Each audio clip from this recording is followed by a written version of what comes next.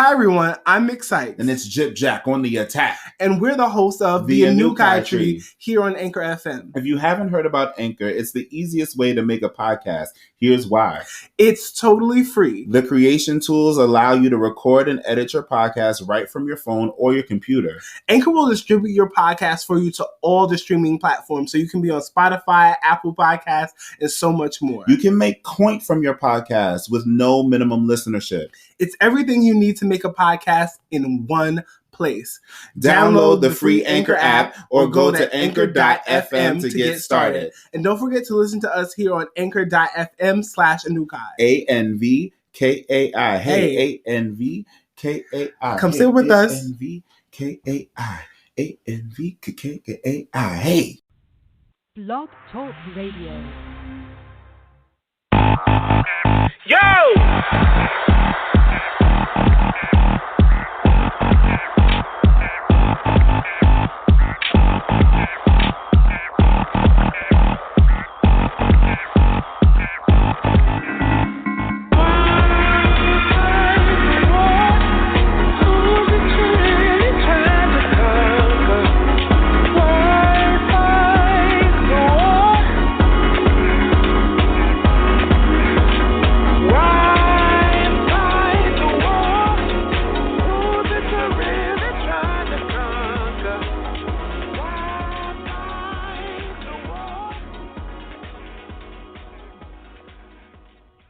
Hello, and welcome to the Anukai Tree. And thank you for sitting with us. I am a producer extraordinaire, Mr. Sykes, and I'm Mick Sykes, and I'm here with your host, Jip Jack on the attack. Ow. And tonight's topic is Manhood in 2020. A few weeks ago, we had an episode, our launching episode was Womanhood in 2020. So tonight we have a special guest, Michael Henley. He's also on Twitter. Say your Twitter name, your Instagram name, and introduce yourself, and we'll get into the show. I'm Michael Hendley. My Twitter handle is Yellowday, YALODDE_. 1981 on at Twitter. Just look for perfume as my vice, and you'll find me. But I'm just, a masculine fellow who lives down in Florida, here in Tampa. And I love my people, and I love being who I am, and I'm just here to share and enjoy you all, and enjoy you both. Good. Thank you Can you hear for that. So Manhood in 2020. So in this episode, we want to talk about how we as men of color, as black men, want to reshape, redefine, and refocus masculinity in this new decade that we have upon us. That is starting out oh so well. Yes, it is. Lord have mercy. Yes, it is. Hello? Yeah, we're here. Hello? So what do you guys think about that? What are some of the things that men and masculine aligned people should sort of focus on in this new decade?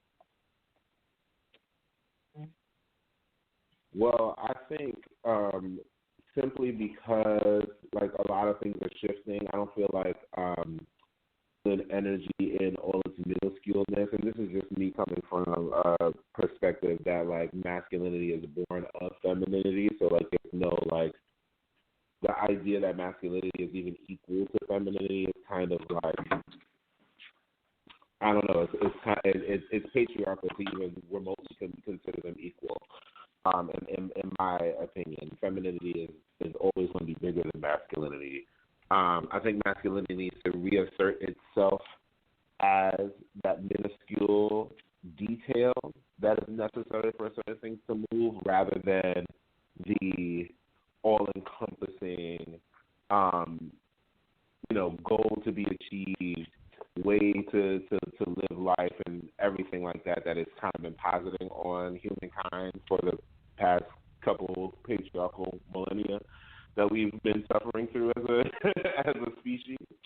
I think it needs to just, like, really remind itself of that backseat and take it and have it. Just have it.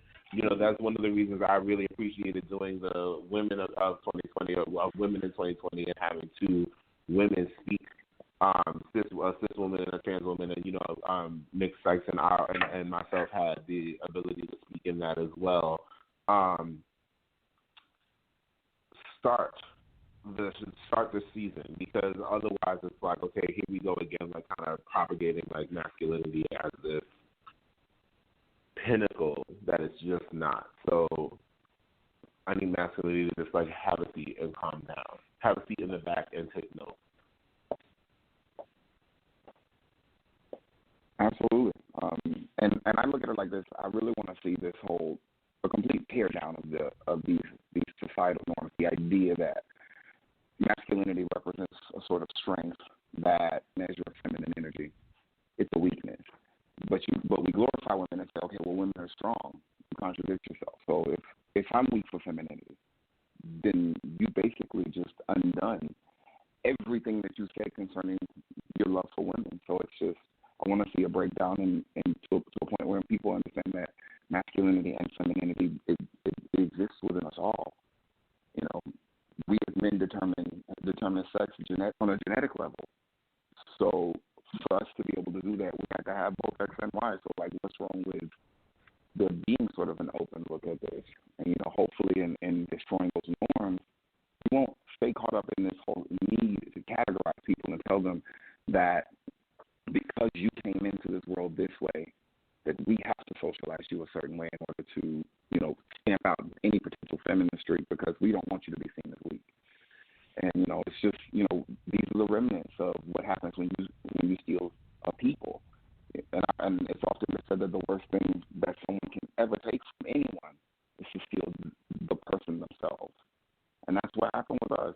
We were stolen and left as empty vessels to be filled with whatever we were told, and given this sort of Western view that never existed among us as a people.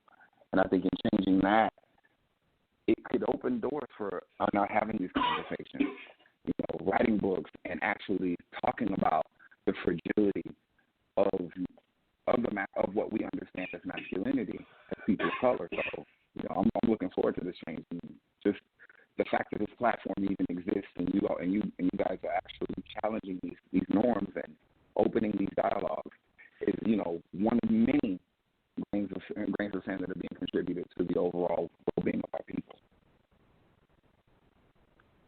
Mm-hmm. Word. Like, that's completely amazingly well said.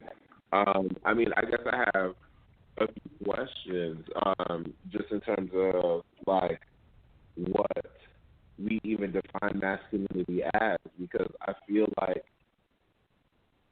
there's this kind of like lean to believe that masculinity is like the opposite of femininity, when like feminine beings inhabit many of these traits that we would consider masculine. Like we consider masculinity like, oh, logical, oh, strong, oh, detail oriented or whatever have you. But it's like, when we really think about it, like we were just watching the show on Netflix that was doing a bunch of like social science or whatever have you, and just like based on human interaction and all kinds of other things.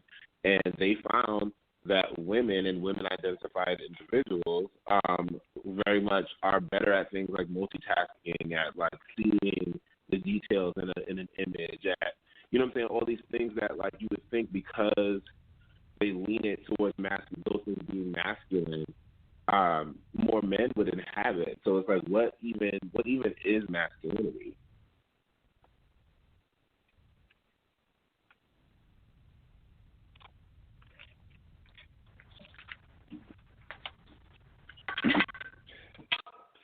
Oh, also, I forgot, if you guys want to call in, we do, this is an open forum and you're allowed to ask questions and share your thoughts and opinions. So if you're listening with us live on Blog Talk Radio /Anukai, you can call in at 914-205-5458. Again, that number is 205-5458. And make sure you follow the Anukai Tree on Spotify, Apple Podcasts, Stitcher, Google Podcasts, and YouTube. Anywhere where podcasts are found, that's where we are. And have a lot of great episodes and content. And so you can also look us up on IG at Anukai Tree. Do either of y'all have an answer to that? Like, what even is masculinity? Well, I've also viewed masculinity and femininity as just, for me, they're just energies. They're not a physical act, and I had to come to that because, it took like years and an entire spiritual journey for me to get to the place to view them as energies that we could all be in possession of. Because I've seen women that were in possession of that masculine energy, and I think that it's beautiful, and I think that, the worst thing that we ever did was made it it was to create this whole social construct of where and within whom masculinity and femininity can be placed. I was that kid that got told, don't hold your hand that way, don't speak this way, don't carry yourself this way, don't walk this way. And I'm like, how is the way that I walk or speak or any of these things a problem? And then, you become an adult and you look clearly at who you are, and you're like, that part of me that is feminine has been a source of comfort to other people in this world. It's allowed me to nurture people, to nurture children that I've raised and things like that. So, I just see them as energies that we're in possession of, and those just a masterpiece.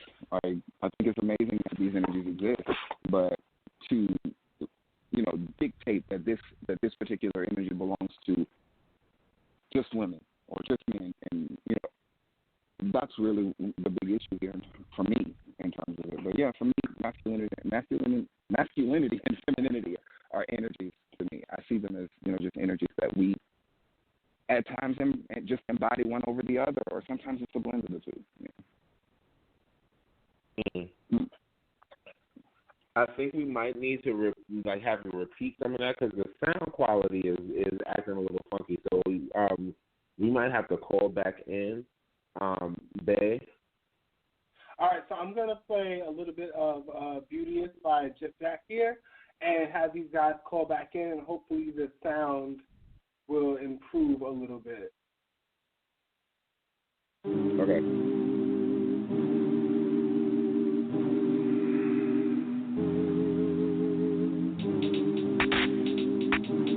Give me all your money, and I will take you higher. Give me all your money right now. Don't be credit, don't waste this time. My fashion done changed my mind. I'm like fucking. I'm not budging. Y'all can't make me. I'm finally whole. See, I'm so beauty. Let me adore ya. Melody, oh how I love ya.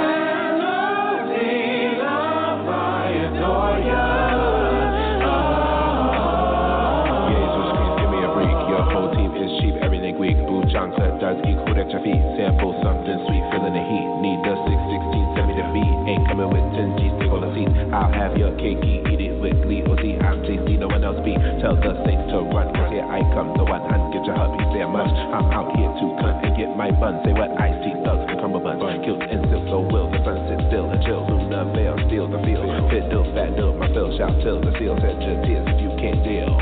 Here, take it. And that was a little clip of "Beauteous" from Jip Jack. Okay, so we're back here at Blog Talk Radio /Anukai. Hopefully the sound has improved. Sometimes Blog Talk just wants to act weird, so we may indeed have to just do this episode again, depending on how it comes out. But we're here tonight with our special guest, Michael Henley, and we're talking about manhood in 2020. and how we want to reshape and redefine and refocus masculinity in this new decade. And can y'all hear what me we talking better? about? Yeah, it sounds better on my Okay. end. So Okay, I what'd you think Jib Jack was saying something before we went to a little musical break. It was Michael. He was saying something, and I felt like I was hearing some of the things in and out, and it sounded like I feel like I understand the gist. Being that when we talk about masculinity and femininity, we're talking about energies that are beyond any physical experience, or like whether it be how it inhabits a body or how we even interact with each other. It's more of an energetic thing that we're talking about. But I feel like you went into greater detail about that I definitely wanted to make sure we got clearly. So if you could please repeat some of that at least. I don't want you to go all the way back. If you don't have to. Okay. Oh, well, I just want to make sure. Am I coming in clear? We're not breaking. But so basically, just simply put, like I've always viewed. Well, not always. Let me not lie here.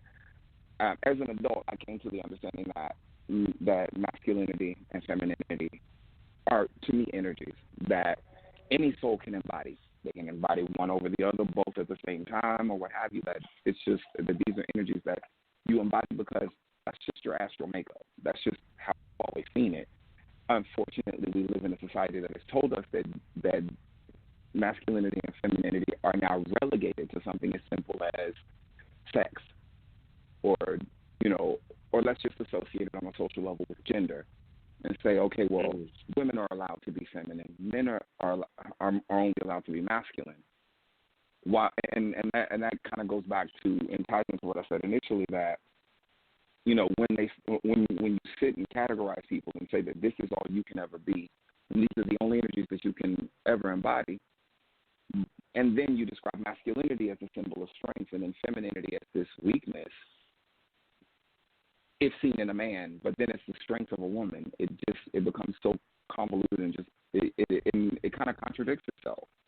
So for me, I came to the understanding that these are energies, and I spent a long time in my life just sitting and thinking that because I was this young man, this kid that was both, a rambunctious little boy that liked to, climb trees and get into trouble, and this nurturing, loving, sweet, and somewhat effeminate young man, that I led a life feeling bad about that and beating myself up about it because I had that parent that had that Western lens because of Christian ideals that told her to tell me, don't hold your hand a certain way, don't walk a certain way, don't give off this, don't do that. I get to a place like in my 30s is when it hits me that Michael, just be free, be who you are, and just enjoy these energies, embody these energies, because these energies have helped other people. Something as simple as that nurturing aspect of my femininity is what has helped soothe many people's problems. That I lived a life where people would just talk to me for no reason, tell me their life story, and I don't mind listening. And even if I've not lived it, I at least sympathize, and I can at least nurture and care for that person through whatever they're going through. So I had to come to the understanding that neither of these energies belong solely to one sex or gender. These energies are something that we could all have.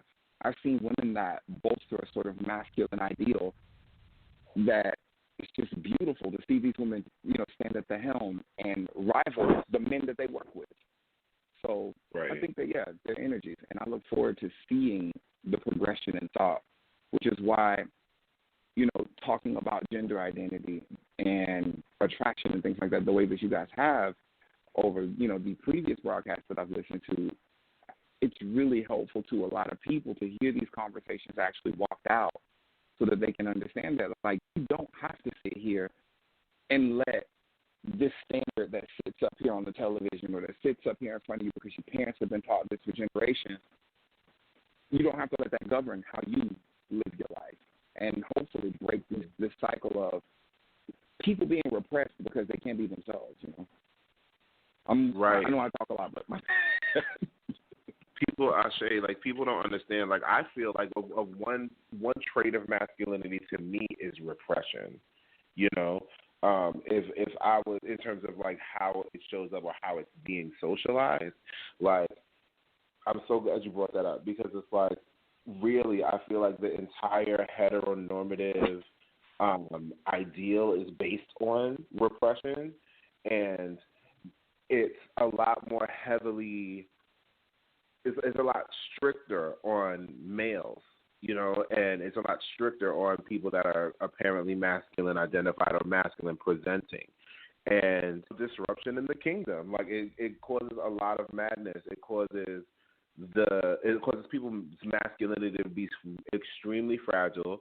It causes people to be able to say things like, well, if we see two men enjoying mozzarella sticks in a commercial, then that's going to turn my child gay, when it's like, no, the thing is, what you are even recognizing in yourself is that not having had that behavior normalized made it so that you repressed any notion toward that behavior, and that what having that behavior normalized will do is stop the enforcement of said repression, which will definitely change stuff, you know. And I mean, just like an example, when we talk about how so many of these straight men are trans attracted, but once people find out that they're trans attracted, they are automatically placed in a position where now they have to defend their masculinity. When it's like, no, you're trans attracted, you were attracted to this woman's femininity in the first place. So your masculinity needs no defending because it's still, quote unquote, properly placed in its opposite polarity attraction, you know. But end of the day, what winds up happening, these cis straight men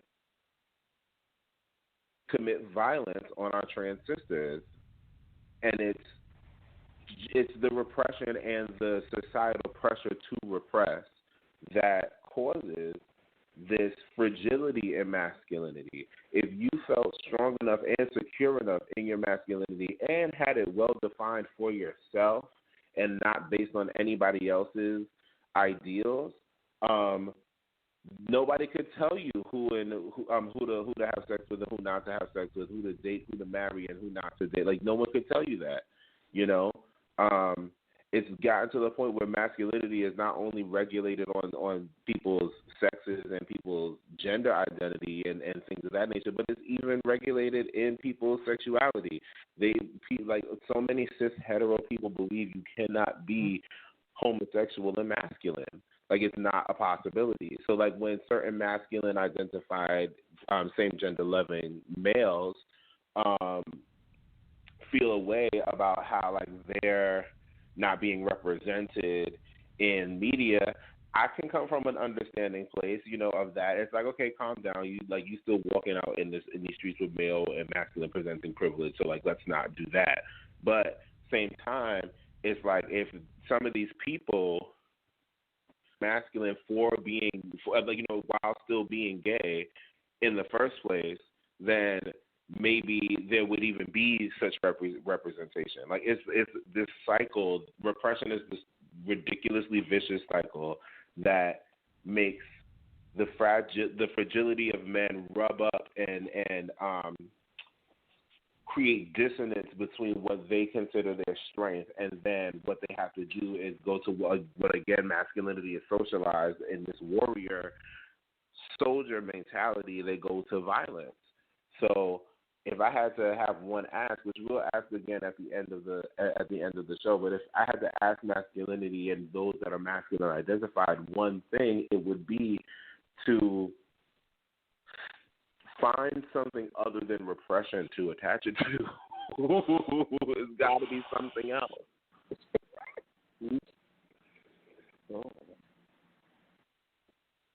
You know, it's got to be something else. Absolutely. It's exciting, like you said. This is the type of thinking that has allowed people to think that it's okay to harm another individual by, harming trans people because of what? Something as simple as an outward appearance or a gender identity. And seeing that as you doing some sort of a good deed in the world. I mean, how warped of a mentality do you have to have, before we realize that this is fragility and it's killing us is what it is. It's killing all our people and counting out an entire sect of people within the corpus of what it is to be a person of color or to be black. It separates us in a way. And the worst thing and the most conniving thing someone can do is to divide and conquer.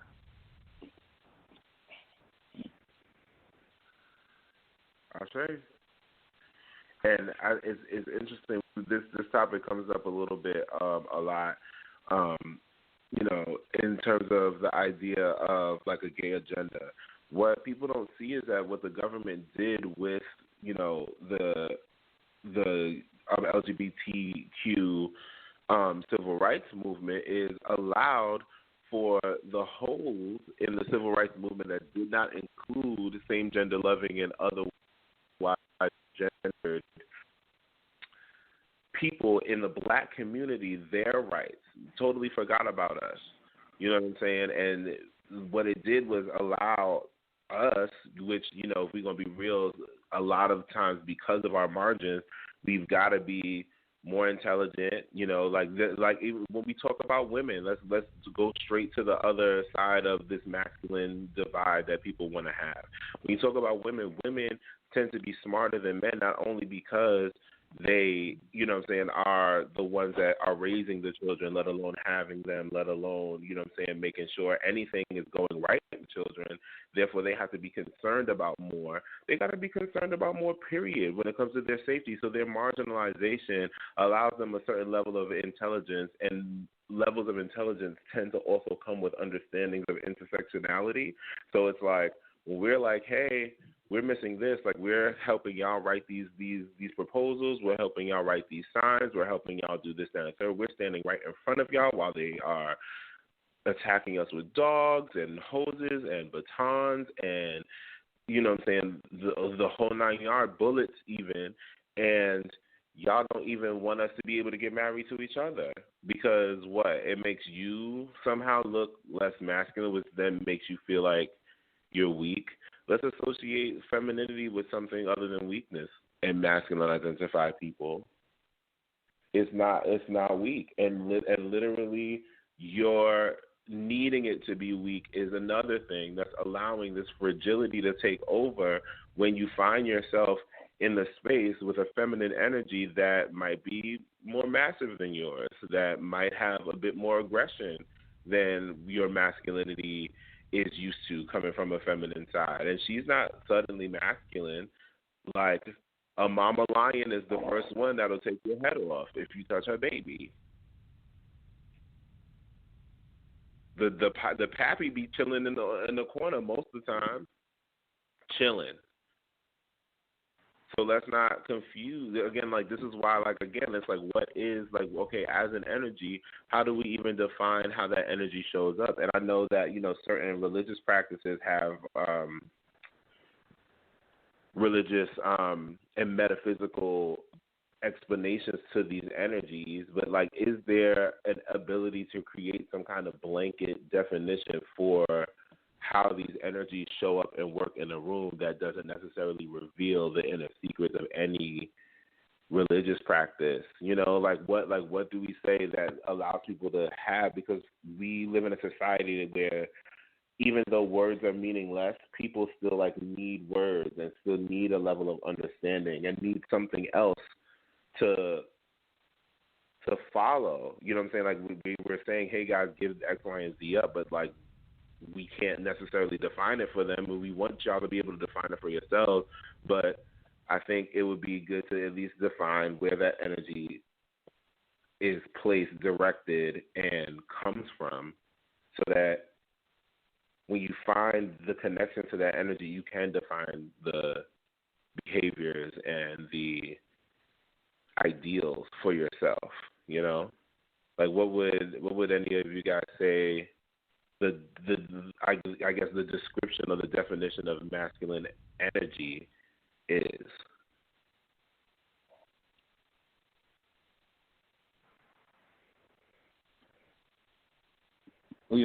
I firmly agree with you on that.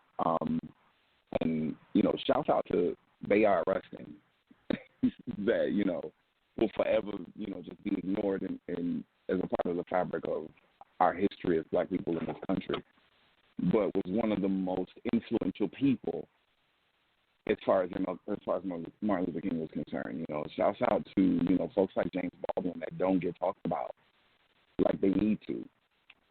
Right. And it's that same fragility that's allowed them to be erased from the fabric of our history.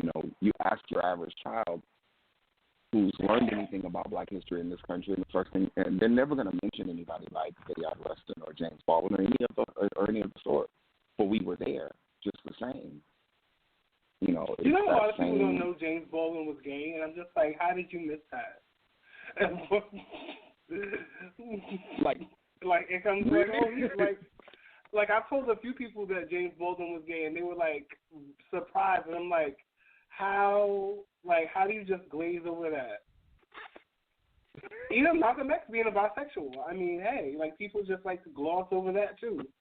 But that's not what we're talking about here tonight. You guys can call in 914-205-5458 if you have any questions or comments or anything to add to the conversation. We're live here at blogtalkradio.com/Anukai.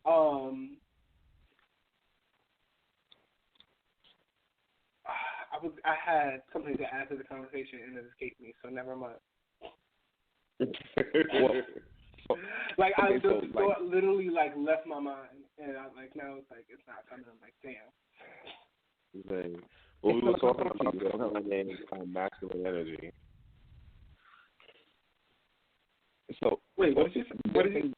I've also wondered what would happen if we no longer associated certain things, activities, or anything with a specified, sort of socialization with gender or anything like that. Like, what would happen if people stopped associating dresses with a woman? Right. What would that look like? Those are the things that that fluctuates culturally as well. We look at things through an extremely colonized lens when it comes to terms of gender identity and expression and what that shows up as. So a lot of that is convoluted by colonialism and the need to assimilate into whiteness. Because if you were to say that in say Mozambique, they'd be like, well, what's a skirt? Because nobody's wearing pants here. That's not what's happening. So you got to, and people don't even kind of look at that. When people want to say it's emasculation, all these men wearing skirts and da-da-da-da-da. I'm just like, what are you talking about? That's literally just a gender assignment of Europeans and very few other cultures. It's hot in most other places in the world. Nobody's wearing pants. It's no. Right. Makeup even, adornment is literally in a lot of mammals and human side in society is for men to attract women. So it's because we're not the prize here. There's dick everywhere. And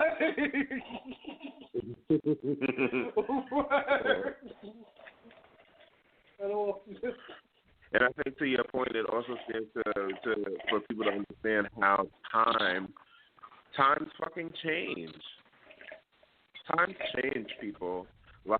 Y'all be upset at these men with a 1,000,000-inch Remy on the top of their head with their weave or their wigs, but even white people, when it came to men, wore wigs, heels, peplums, etc. So you know what I'm saying? Y'all are not even paying attention to history enough, you know what I'm saying, based on your own oppressor to be able to say anything about fashion having to do with anyone's gender or sexuality. Clothes are clothes, and people like what they like, and most people, have a decent awareness of what they look good in. Mm-hmm. And sometimes somebody looks good in, you know what I'm saying? My lower half would look better in a pair of baby fat jeans than it would a pair of, the men's line in Evisu. And Evisu is extremely more expensive, but my body don't work with men's clothes. I got a suit tailored, a tux tailored for some gig at Carnegie Hall that I had recently, and he the tailor was literally like, so I have to. I was like, I know you have to do these proportions more like a woman's pant. It's fine. Like, yes. Like, it just is what it is. So I think there could be more trust in masculinity too, because y'all don't even trust. You don't trust yourself to actually know who you are and be yourself without somebody else's say so, and you don't trust other people to know what it is that they need for themselves, especially your women, especially your femmes. You don't trust your femmes whatsoever. I'm sorry, Michael. You was about to say something. Ooh, oh, no. I totally loved everything you just said right there, because it was everything I was thinking. But people will be mind blown to sit and find out that what we know is pants, just something as simple as a pair of pants. That pantaloons themselves are about a good 700 years in age, but the actual first pair of anything that looked like pants were actually designed for women to protect them when they rode horses in what is now Iran, but way back when. Right. And it was funny how for as much as people try to run from the conversation or try to avoid having this conversation or just get up on a soapbox and never want to come down, there was the actual former leader of one of the largest black church organizations in this country, the Church of God in Christ, Bishop G. Patterson, unknowingly had a conversation about gender norms when he talked about back in the 80s, the late 80s going into the 90s, he started doing these little short services in the week for the people who worked and couldn't and probably was too tired to come on a Sunday. And as these people were coming in off the street, some of them had been in the church forever, some of them had never been to church. And there were women walking in pants. And, in that day and age, that was a taboo, a woman wearing pants, regardless of who they were labeled for. So what happened? Right. He starts citing scripture talking about how, if you take some of these things in the Bible this literally, then, wearing blended fabric alone will get you in trouble. And then he sat and talked about, the fact that at the time pants were about a 600 or 700 year old invention. Mm. So he said, I stand to reason that you wouldn't have found a man wearing pants when the Bible was written, because this is thousands of years. These scriptures are thousands of years old. Right. So there he was having this conversation talking about, if you strip down this whole notion of what this is supposed to look like, or what these people are supposed to look like coming in that are just seeking for spiritual guidance, then what do you have left? People, human beings in need of something. You stop seeing these societal norms in that moment. So, granted, he wasn't cheering on us SGL or trans people or anything like that, but just something as simple as talking about pants and its association with masculinity and its association with men, that's a limited view. I mean, you can't focus on that. So I think that when you strip down these norms and you take away the very thing that a lot of people cherish in terms of preserving their little fragile masculinity, there's nothing to stand on. Where do you go from there? What can you do at that point? Because now you don't have a reason to hate someone. Now you can almost sit and embody whatever energy works for you. And then you got hetero men out here that embody femininity without knowing it, because these same strong men that represent us in the public are the same ones that turn into the most loving and the most nurturing people in the world when their daughters come to talk to them about something. Right. So, I just think that that whole fragility mess I can't deal with, because it's detrimental to us as people in general in so many ways. And I just wish we could just, like you said, do away with this lens that was forced upon us, that told us that this is like what even it the looks hoteps like kill me, and I'm like, point to one hieroglyph painting of a nigga in pants, please. Show me. Yes. Show yes. me. Like they kill me. Show you know, me with Ahmed this whole Abdul Ramen. Oh wait. Oh no, I was looking at it for a second. I thought we had. No, you're fine. No, go ahead. Oh. No. Like this. Like just the idea of these hoteps putting up a picture of a quote unquote effeminate man who may potentially be SGL or whatever the case may be, and you sit and ridicule. You just go in under this picture and you get your jollies off just talking about how, oh, he didn't have a father present, oh, he didn't have this present, oh, he didn't have, this is what's destroying our community. But by all means, go ahead and blame femininity in the black man for the destruction of our community, because it wasn't redlining. Okay, it wasn't redlining. It's not poisoning the food. It's not providing health care. It's not giving you back your reparations. It's queers. Queers is doing it. And right, because the school to prison pipeline, that had nothing. Right, to do. that's not doing it. Right, at all. Because you having 8 kids by 8 women, like, it's doing nothing on the mental health of your child. But whatever. Children. Oh, we have a caller. Hold on, guys. So let me make this one point. Number ending in 6065. You're on with us. 6065. Okay. How are you doing? Before you say anything, let me make this one point. Thanks. Nothing. So the thing is,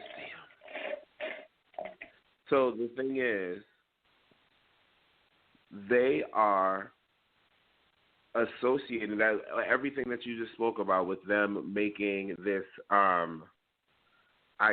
with them having to throw hate at other people. It's them literally like playing assimilation Olympics and being like, "Ha, you're a loser for not being able to be programmed into this heteronormative way as effectively as I have."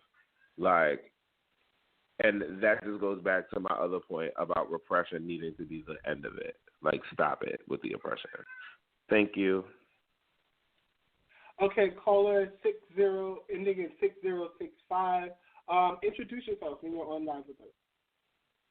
Hi, y'all. It's David. How are you? Oh. Bye-bye. I was just getting into this while I was cleaning up in this damn house. But no, I think that it's silly because when you break it down to bare minimum human beings, clothes were literally used to protect from the elements.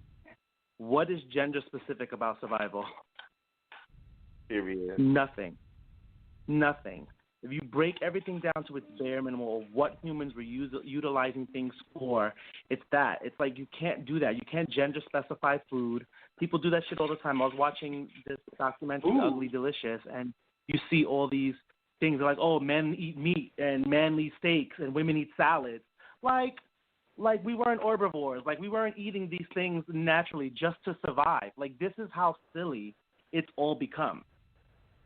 And it's sad. It's sad because when you talk about freedom in its true entirety, and you talk about from black people to people of color in whatever way, you're never going to have that if you're not making space for everyone. It can't be exclusive. You can't sit there and say for some of us, and for some of us who want to conform to this popular notion or to want to conform to whatever this is, because conformity never got anybody anywhere. I say, so come on. Sad. It's sad and it's crazy and weird. It makes me laugh so much that we can sit here and truly delve into technology and all the beautiful things we have now because of progression, because people thought outside the box and dared to be different, dared to not conform, and benefit fully from all those ideas.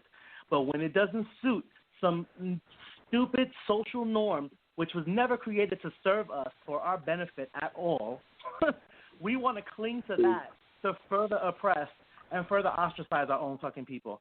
Makes no fucking sense. Preach it. Come on.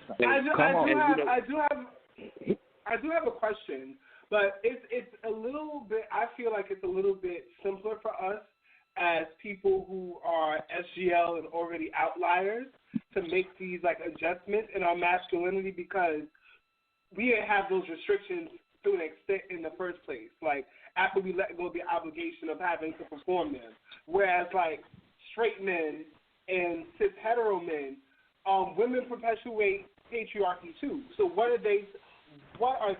are some of your ideas about what they should do to sort of break these cycles? Because like you'll have women that also like raise sons like don't cry, don't act like a little girl, like or even just like culturally sometimes boys aren't allowed to play with girls and interact with them or even like just get attention. Like it's not. What happens is you wind up defining your masculinity in opposition to femininity. Like I'm a man because I'm not a girl. And like when you do that, like you'll never be satisfied without women being beneath you. But women sometimes support and enforce that because you hear women saying, I don't want no weak man, I don't want no man that cries, I don't want no man that likes other men, even though he's into me. So like what are the straight men supposed to do? I mean, the reality is, unfortunately, is the deprogramming always has to start from the places and the people in position who own that mantle. You know what I'm saying? And as far as men who are benefiting fully off of patriarchy and any type of misogyny that is circulated within the community, they just need to utilize their platform to speak against it, to demand that that's not okay, to talk about it to their daughters and to their mothers and challenge the system every fucking moment that they get.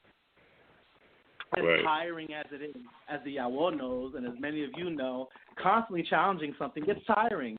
But it's like almost becomes obligatory because you know the people to come later on need that. And that's where we're at right now. We need people to break this shit down. We need people to have these conversations, little red table talks and shit. Well, we won't get on that yet, but you know, to have these safe conversations. You know, have these safe conversations where people can be like, "Yo, how has that really served you?" So now you raised this boy like this. What has it done? How are their relationships? How they feel it creates another generation of angry men. And then angry black women at that. Who walk around carrying all the weight of this baggage and never see anything clear. And at that, they're now one more victim of the same system. Because that anger that you've made them repress, they're taking out on the world.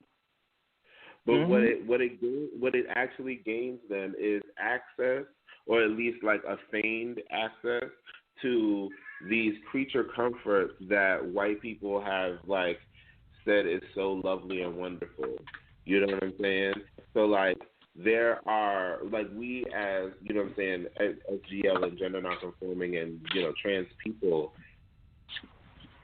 have had to make ways out of no way a lot of times, you know what I'm saying, which sometimes meant conforming to certain things, like if you wanted, you know what I'm saying, your hair to be a certain way, you might have to make it another way, you know what I'm saying, you might not be able to go to work in your makeup, you might not, you know what I'm saying, at least 10 years ago, at least, you know what I'm saying, like even when I was in the workforce, it's like you got to make certain concessions just to have a job, but at the end of the day, you get to still live your life outside of that. You do all of these extra things that, like we have to do all these extra things they don't have to do.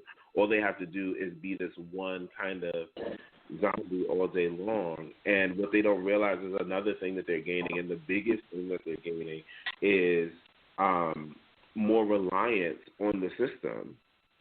Like when you think that way, you've got to rely on this thing that you're giving all of your energy to, you know? I totally get it. And my thing is why insist on perpetuating something that the people who put it into practice don't even practice? That's my shit. You're sitting here colonize a way of mind. Colonizers get to switch it up all the fuck they want. They ain't worried about that. Half the shit. They get to just be however they want. Listen, don't start preaching up in here. Preaching I'm just saying, that's how stupid that is. that's how stupid it is. Let's go conform to this way that doesn't really work for us, and that the same folks that put it into practice don't do the practice themselves. But see, I mean, it absolutely doesn't make sense. But then when you are so convinced that essentially what they're saying is if every single person in their community conform to the way that they have conformed, then we could get somewhere. And it's like, it's that idea also that needs to be broken. This like idea, like, okay, again, returning masculinity to minusculeness is literally understanding that, like if I had to describe the masculine energies and feminine energies as one thing, with one word each, I would say that femininity is space and community, and masculinity is penetration and singularity.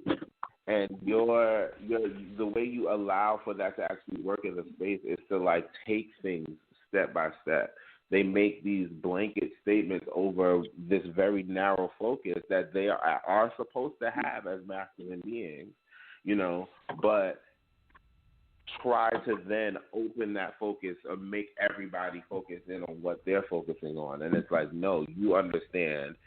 True masculinity understands the idea that what I think doesn't have to necessarily be what everybody thinks, you know? Exactly. And it's really understanding the individuality of it all. Do you know the rough patch in that I'm sorry. Go ahead. Sorry, no, but the rough patch in that situation is, as it's always been said, once you have someone's mind, you have them. And unfortunately, a lot of our views have been marred by this need to chain link ourselves to the church and take these ideals, put them in place of common sense, and run with it. Because the problem is that the majority of the people that have influence within our community as people of color are not changing the rhetoric. Because so many of these people, so many of our people fell in love with people like Tyler Perry and Bill Duke film because they thought they were getting this massive education about what was going on in the world. You know, something as simple as always portraying homosexual men or gay men or SGL men as the source of AIDS and HIV in the black community. And then, you know, then telling folks that, you know, if somebody ends up with AIDS or HIV, you know they mess with men, when it couldn't possibly have been any other circumstance that would have caused it. So then you take that and you associate it with femininity in a man, and you see this is degradation, and this is what's destroying us. And it's like, because our people lean and depend on people like Tyler Perry and Bill Duke and all these others that put out these trash films that just destroy us, you know, saying that we are the source of every single woe and problem because we're convenient. We're a convenient source of blame. We're the patsy for everything that's going on because of something as simple as our people's minds are so warped and chain linked to Christian ideals. There's nothing wrong with being Christian, but anytime you get so absorbed into when I say that, there's nothing wrong with you believing what you believe, but never be so absorbed into it that you forget that we live a human condition. We are people before we're anything else. We're beings, and you can't apply faith to everything that you see out here in this world. Sometimes you have to be smart enough to realize that regardless of the rhetoric that you've been taught, you live a life that tells you differently. So something's got to register. But, you know, it also comes from the fact that a lot of us never dig any deeper beyond what's presented to us. You ask 12 Christians about what the Council of Nicaea was, and they won't be able to tell you. Because of the fact that they're used to these norms, and unfortunately, it's easier to just not dig any deeper, take it at face value, run with it, because at that point you got somewhere to put all of the anger from you being oppressed under the same system. You know, that whole, you know, people wanting someone to oppress them, they feel a little bit better. It's the same crap that went on, you know, when W.E.B. Du Bois came on the scene and developed that concept of black elitism. This is what the good Negro looks like. This is what the proper Negro looks like. You go to college, you get a good job, you go to church every Sunday, and you're not part of the trash people. Right. You're not gay, you're not this, you're not that, because many people were silenced. You know, something as simple as Bruce Nugent, a person who most people won't even know, but wrote some of the most beautiful stuff that I've ever read from the Harlem Renaissance. But unfortunately, we keep pushing. You know, we keep pushing the same ideals, and we're never going to know these people because we want to be the respectable Negro. We want to conform to what's expected of us. But, you know, I think that us being SGL men, like it was said earlier, we opened our minds, you know, long ago and stopped this performance. And when we stopped performing, what happened? We found peace because we were able to just live and be. Some of us love stepping in session for the straights. So I can't say all of us. Some of us have stopped performing. All of us, yeah. But it's really true. Real talk. But yeah. Go ahead. So what? Because I'm assuming we're at a healthy time closest to the end. So I'm gonna ask. We have about 4 minutes left. Okay, so 3 quick things off the top of your head, things that you would ask of males and masculine identified people for 2020.